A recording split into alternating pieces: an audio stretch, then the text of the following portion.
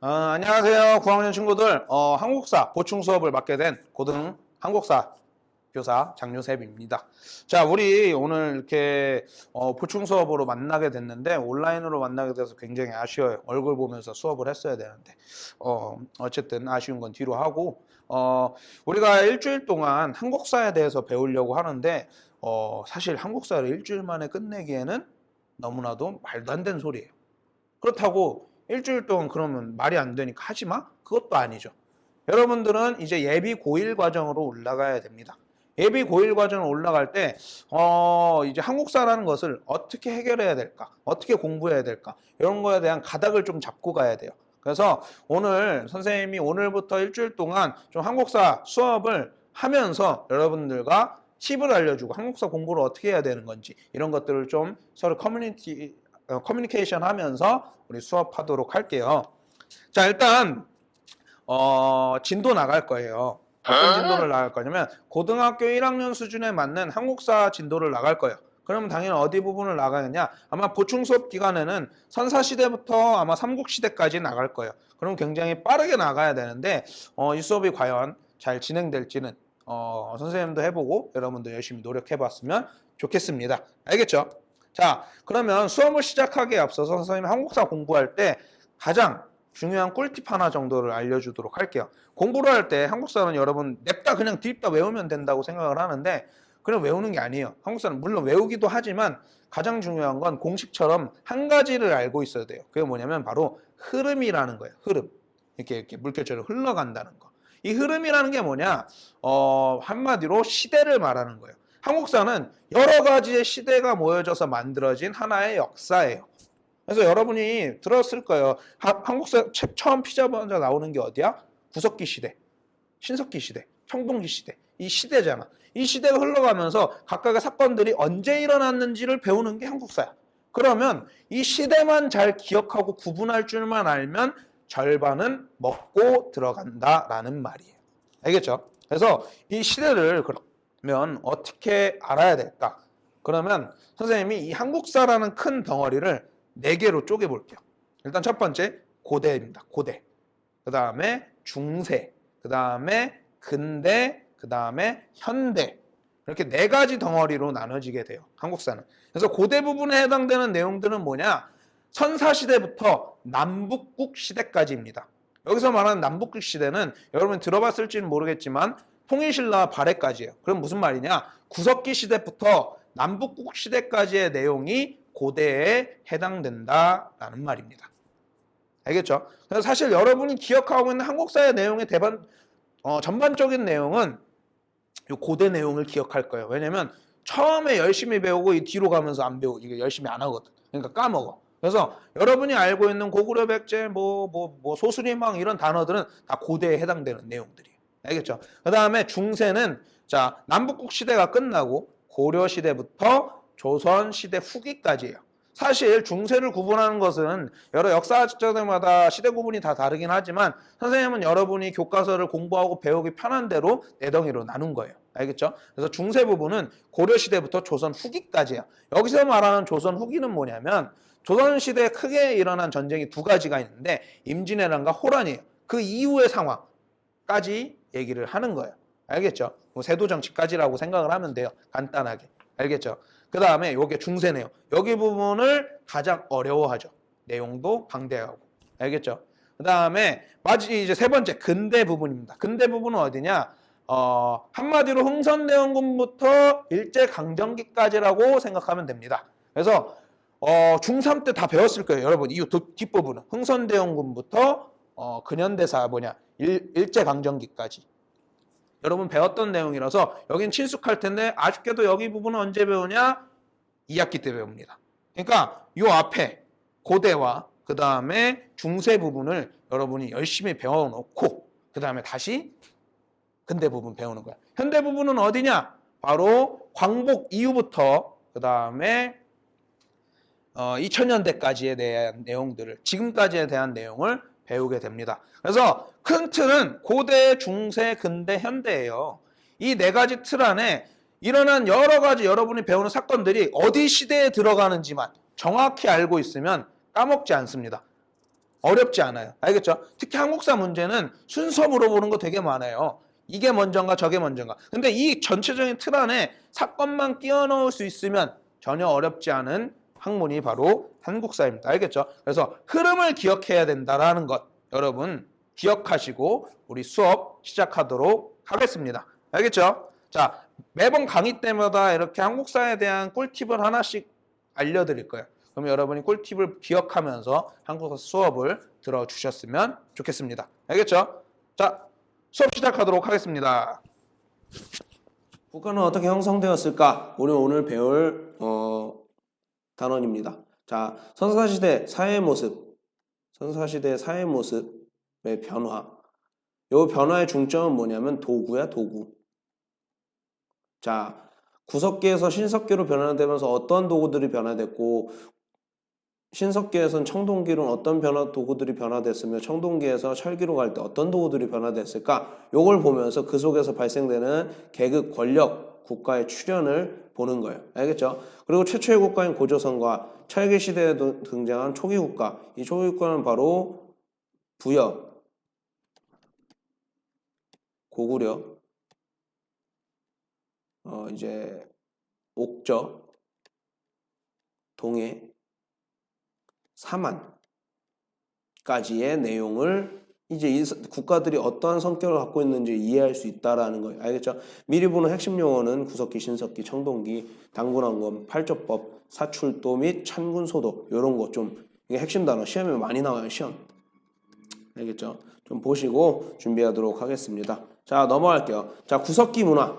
자, 구석기, 신석기. 우리 지겹도록 배웠어요. 중학교 때도 배웠고, 고등학교 올라와서 또 배우죠. 근데 이제는 확실히 딱 중요한 것만 알고 있면 돼요. 구석기 때 도구 뭐야? 뗀석기라는 거, 뗀석기. 이 뗀석기는 뭐냐면 바로 그냥 돌에서 떨어진 모양대로 사용하는 석기를 뗀석기라고 해요. 돌끼리 부딪혀서 떨어지던 돌을 이렇게 깎아서 떨어지던 그래서 만든 뗀석기. 이 사용되는 대표적인 도구들이 뭐뭐 있었냐면 주먹도끼. 그 다음에 극계가 있어요. 근데 사실 둘이 굉장히 좀 비슷해. 비슷하면서 다른데 그냥 뾰족하고 돌이 좀 이렇게 뭉툭한데 뾰족하면 주먹도끼고 뭉툭한데 이제 뭔가를 긁을 수 있는 용도면 극계다라는 거. 그리고 또 하나 구석기에서의 가장 중요한 모습은 채집과 사냥이라는 거야. 자, 농사 안 했어요. 구석기 때는. 구석기 때는 농사를 안 하고 채집과 사냥을 한 거야. 그러니까 내가 요 남양이란 지역에서 한 며칠 동안 사냥하고 그 다음에 과일 따먹고 했는데 생활하다 보니까 이 지역에 사냥감이고 그 다음에 이제 과일이고 다 떨어진 거야. 그러니까 나는 이제 어디로 가야 돼? 다른 지역으로 이동해서 이 지역에서 했던 것 그대로 사는 거죠. 바로 무슨 생활이야? 이동 생활을 했다라는 것 정도 알게 돼요. 알고 있으면 돼요. 그리고 대표적으로 동굴에서 살았다. 동굴. 그리고 동굴과 막집이 있는데 이 막집은 진짜 말 그대로 그냥 막 지은 집이야. 사실 집이라고도 말하기도 좀 힘든. 알겠죠? 그러니까 정착하지 않았다라는 것 정도만 알고 있으면 돼요. 구석기는. 알겠죠? 자, 근데 구석기에서 이제 신석기로 넘어왔어요. 신석기로 넘어오면서 도구가 어떻게 바뀌었냐? 간석기를 사용하기 시작합니다. 간석기는 말 그대로 돌을 갈아서 사용하는 거야. 갈아서. 돌을 갈아서 돌을 더 뾰족하게 하고 내가 어떤 거에 사용 용도에 맞게 돌을 어떻게 한 거야? 가공한 게 이게 바로 간석기예요. 대표적인 것들은 뭐 가락바퀴 있고요. 그다음에 갈돌, 갈판 뭐 이런 거 있는데 어쨌든 도구가 풍성해지면서 신석기 때 혁명이 일어나. 그 혁명이 뭐냐? 바로 농경과 목축의 시작이에요. 여기서의 농경은 벼농사가 아니에요. 벼농사 아니라고 한 번 더 얘기해요. 벼농사가 아니라 밭농사 위주예요. 밭농사. 그리고 여기서 말하는 농사는 사실 농사라고 부르기도 좀 민망한 저 지역에 그러니까 예를 들어서 이제 내가 이렇게 살고 있어. 내가 이렇게 살고 있으면 예전에는 여기 과일나무 있었으면 여기 과일나무 다 먹으면 어디가? 다른 과일나무 있는 데로 가잖아. 근데 먹다가 내가 여기다 과일을 뱉어놨는데 여기서 이제 나무가 이렇게 자라는 거야. 그러면서 과일이 열려. 여기다 심으면 되네? 이걸 알고 신석기 때는 내가 이렇게 집이면 여기에다 이제 내가 씨 뿌려놓은 곳. 그냥 그 정도 개념이에요. 뭐 우리 지금 알고 있듯이 그렇게 농사가 잘 되는 시기는 아니야. 그러니까 벼농사는 할 수 없었고 밭농사 위주로 되게 됩니다. 그러면서 뭘 할 수 있게 됐어? 정착 생활을 하게 됩니다. 그리고 또 하나, 구석기와 신석기 문화의 공통점은 뭐냐면 바로 평등사회야. 아직 먹고 살기도 바빠. 누가 누구 밑에서 뭐 하고 이런 저기 시기가 안 돼. 그래서 구석기 신석기는 평등사회다라는 거 좀 기억하면 좋겠습니다. 자, 그럼 우리 유물 한번 볼게요. 이게 바로 그 유명한 주먹도끼예요. 그리고 이게 집게, 그 다음에 급게. 그러니까 돌의 모양과 그냥 돌의 생김새에 따라 용도를 바꿔 사용했다라는 거 정도. 급게는 이제 가죽 벗길 때, 집게는 나무를 다듬거나 짐승의 뼈를 찍는데, 알겠죠? 그 다음에 주먹도끼는 뭐 그냥 무기였고 사냥 도구였다고 생각을 하면 돼요. 그 다음에 구석기에서 가장 중요한 거는 유적지예요. 유적지. 이것도 왜 이래? 유적지인데, 자, 대표적인 유적지 상원 검은 모루동굴, 그 다음에 연천 전곡리, 이거 왜 이래? 그 다음에 공주 석장리, 그 다음에 단양. 요 네 가지 유적지가 자주 나오는데 이게 어디 시험에서 나오냐? 수능, 그리고 한국사 검정 능력 시험 여기서 나와요. 그럼 검정고시에선 요것만 외우면 돼요. 요거 유물, 그리고 구석기 생활, 알겠죠? 근데 내가 좀 더 공부하겠다 싶으면 요런 것까지 외워두면 굉장히 좋죠. 알겠죠? 대표적인 유적지 네 가지 기억하고 있으시면 됩니다. 그다음에 신석기 시대에는 도구가 이 빗살무늬 토기, 그다음에 돌도끼, 가락바퀴, 그다음에 갈돌과 갈판 이 정도 보면 돼요. 자, 이 갈돌과 갈판으로 이제 돌을 갈거나 아니면은 껍질을 벗기거나 곡식의 껍질을 벗기는 위주로 사용을 했어요. 그리고 돌을 갈아서 이렇게 낙실 바늘과 같은 도구를 만들었던 거. 도구 만들기. 그리고 또 하나, 이 빗살무늬 토기 이건 뭐냐면 어떻게 사용하냐? 땅에다 어디 갔어? 땅에다 이렇게 토기를 묻는 거야. 그리고 여기에 뭘 담아? 곡식을 저장해. 이건 뭐야? 저장 용기. 정착 생활을 했다는 하나의 표본이에요. 그리고 여기 곡식. 이게 불에 탄 곡식이거든. 이거 이제 쌀이 아니라 이제 여러 가지 뭐 조, 피, 수수 이런 걸 보면서 농사가 이루어졌다라는 것을 볼 수 있는 유적이기도 합니다. 알겠죠? 그리고 또 하나 신석기 시대에서 여러분들한테 또 얘기해 줘야 될 게 하나 있었는데 요 앞으로 좀 요 앞에 쓸 때가 있나? 자, 신석기 시대 때는 정착 생활을 했잖아. 그러면서 정착 생활을 하면서 또 하나 종교가 형성이 돼요. 종교. 원시 종교라고 해서 여러분 들어봤어요? 샤머니즘, 애니미즘, 토테미즘. 자, 신석기 시대 대표적인 이제 원시 종교가 나타나는데 그 세 가지가 뭐냐? 그 세 가지가 바로 이제 애니미즘, 샤머니즘, 토테미즘. 요 세 가지예요. 여러분들 한 번씩 들어봤을 텐데 애니미즘은 뭐냐면 동물 믿는 거 아니에요. 정령이야, 정령. 옛날에는 모든 사람들이 뭐 이렇게 산신령이니 뭐 이런 거 따졌잖아. 그리고 그릇마다 무슨 뭐 대지의 정령이니 뭐 이렇게 하늘의 정령이니 뭐 비의 정령이니 여러분 그 판타지 소설을 보면 알아요. 거기서 나오는 정령 숭배. 자연을 숭배했다고 보면 돼요. 그 다음에 샤머니즘은 바로 무당과 주술을 믿었던 거. 선생님 얼굴이 잘 나오고 있나요? 잘 나오고 있네요. 무당과 주술을 숭배했다는 거 알고 있으면 됩니다. 토테미즘은 말 그대로 동식물을 숭배한 거야. 그래서 우리 부족은 오늘부터 호랑이를 믿을 거야. 우리 부족은 오늘부터 곰을 믿을 거야. 우리 부족은 오늘부터 여우를 믿을 거야. 아니다. 우리 부족은 오늘부터 이 나무가 신령한 나무다. 신성수인가? 뭐 이런 거 많잖아. 세계수 막 이런 거. 알겠죠? 토테미즘, 애니미즘, 샤머니즘 이런 원시 종교가 등장했다라는 것까지 좀 기억을 하시면 돼요. 원시 종교. 알겠죠? 자, 그럼 이제 구석기, 신석기 끝났어요. 되게 빠르게 끝났지.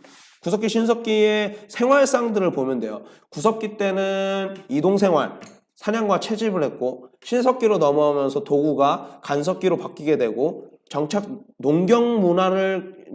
농경을 실시하면서 정착을 한 거야. 정착을 하고 농경을 한 게 아니라 농경 생활을 할 수 있게 되면서 정착 생활을 하게 된 거고, 그러면서 도구가 많이 바뀐 거야. 빗살무늬 토기도 나오고 낚시 바늘도 나오고. 알겠죠?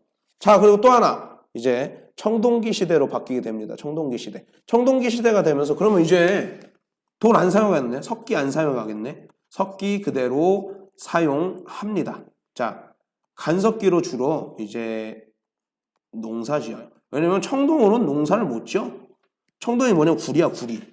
그 구리로 땅 파봐. 5분 파면 많이 하는 걸 거야. 땅 파다 보면 이 구리가 가뜩이나 비싼데 구부러져. 이게 뭐였어? 그러니까 아직까지도 농사에는 간석기를 사용했다. 대표적인 유물 반달돌칼. 그럼 청동기는 주로 무기와 제사야. 농기구는 적합하지 않았어요. 그래서 이제 대표적으로 비파형 동검 같은 게 있었죠. 그러고 나서 어쨌든 신석기보다는 청동기 때 발달을 했잖아. 도구가 발달을 하고 더 간석기도 더 돌을 잘 갈고 그랬겠지. 그러면서 농업 생산력이 올라가고 잉여 생산물이 발생하기 시작을 하면다. 이 잉여 생산물은 구석기, 신석기 때는 나 혼자 먹고 살 정도의 경작물만 나왔어요. 그러니까 예를 들어서 내가 땅에서 곡식을 심었는데 나 혼자 먹고 살 정도만 있었단 말이야. 근데 청동기가 되면서 농사 도구가 너무 좋아진 거야. 그리고 농사법도 많이 발달하고 그러다 보니까 오늘만 먹어도 충분히 버티면서 남는 곡식들이 생기는 거야. 그러니까 이게 결국에는 농사 잘 짓고 도구 잘 가진 사람이 사유재산이 생기고 누구는 못 갖게 되고 그러면서 계급이 발생하게 되었다. 청동기에서 가장 중요한 건 뭐야? 계급 발생이다. 그 계급 발생이 너무나도 많아지나. 그 중에서 그 계급 중에서도 더 높은 애들, 더 센 애들, 그런 애들이 모이다 보니까 뭐가 출현하게 돼? 바로 국가가 출현하게 되면서 우리나라의 첫 나라 고조선이 출현을 하게 됩니다. 고조선의 대표적인 것은 천손사상이야. 천손사상. 알겠죠? 고조선은 선생님이 좀 이따 또 다시 얘기를 하도록 하겠습니다. 자, 청동기 시대의 변화. 대표적으로 썼던 간석기가 바로 이제 반달돌칼이야. 반달돌칼. 반달돌칼. 그리고 청동기 시대 때 남부 지역에서 벼농사가 시작이 됩니다. 알겠죠? 그러니까 이게 꼭 여러분이 그렇게 알고 있어. 청동기 시대에 화면 어디 갔어? 청동기 시대에 벼농사가 시작됐다. 틀린 말은 아니지만 전국이 아니라 일부 지역이에요. 일부 지역. 알겠죠? 자, 그 다음에 청동기 시대의 대표적인 토기로는 민무늬 토기. 자, 신석기 시대 때 무슨 토기? 빗살무늬 토기. 그 다음에 여기 거친무늬 거울 같은 거. 그 다음에 청동 방울. 그 다음에 비파형 동거. 이거는 고조선하고 연관이 있어요. 고조선. 잘 기억하고 있으세요. 자, 대표적인 청동기 시대의 유물은 이런 겁니다. 알겠죠? 자, 그 다음에 이제 철기 문화로 넘어갈게요. 뭔가 쭉쭉쭉 넘어가는 거 같니? 괜찮아. 그리고 청동기 시대에 선생님 뭐 하나 빼먹었다. 고인돌이라는 게 있어요. 고인돌.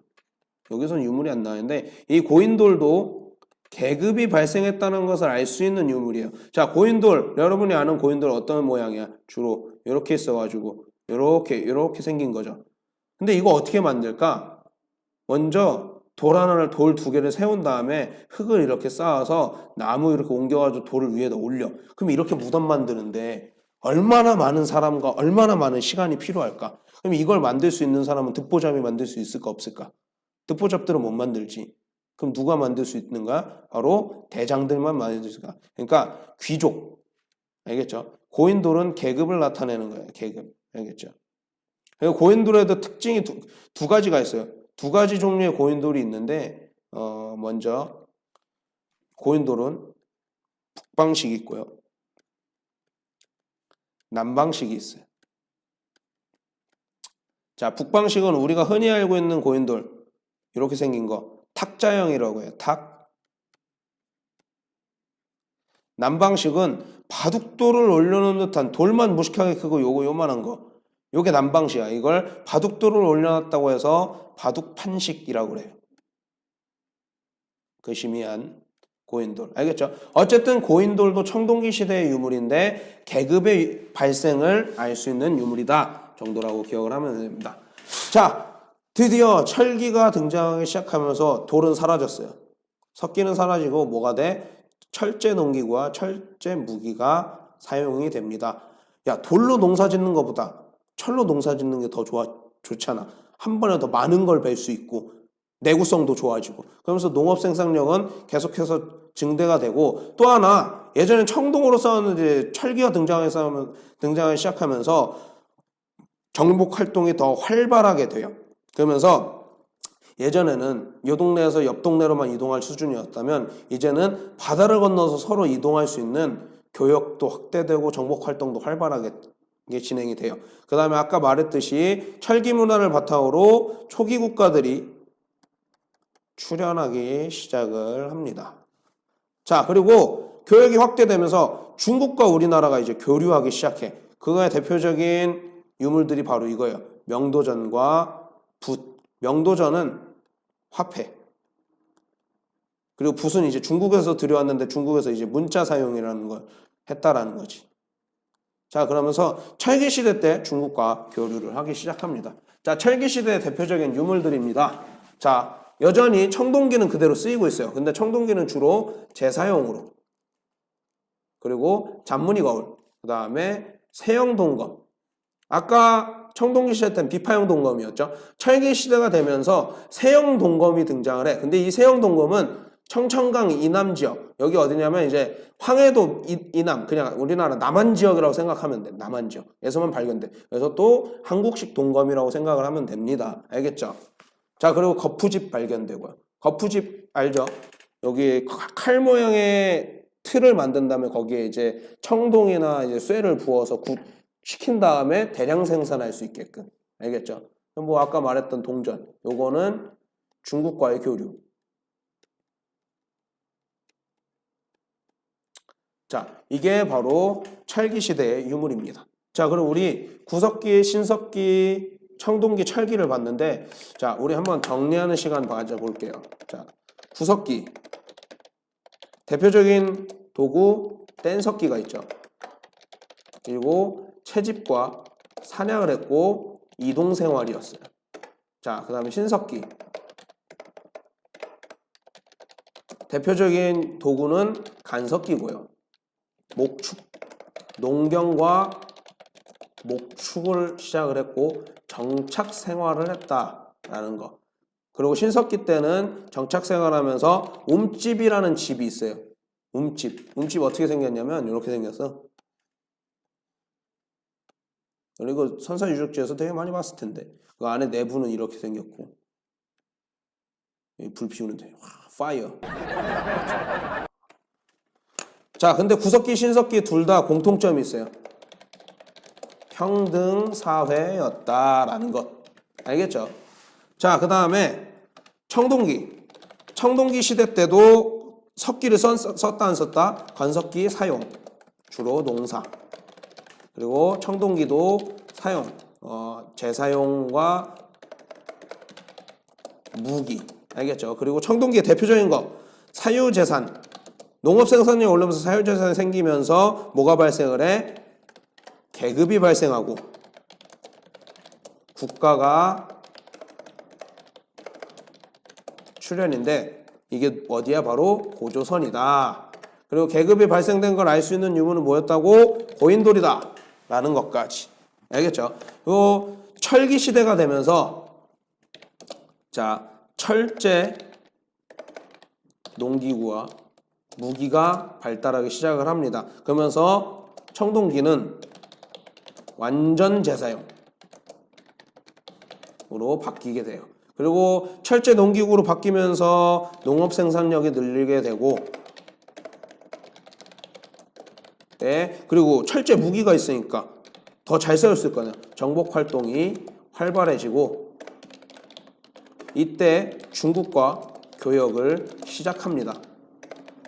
그리고 초기 국가 출현, 부여, 고구려, 백제, 신라. 알겠죠?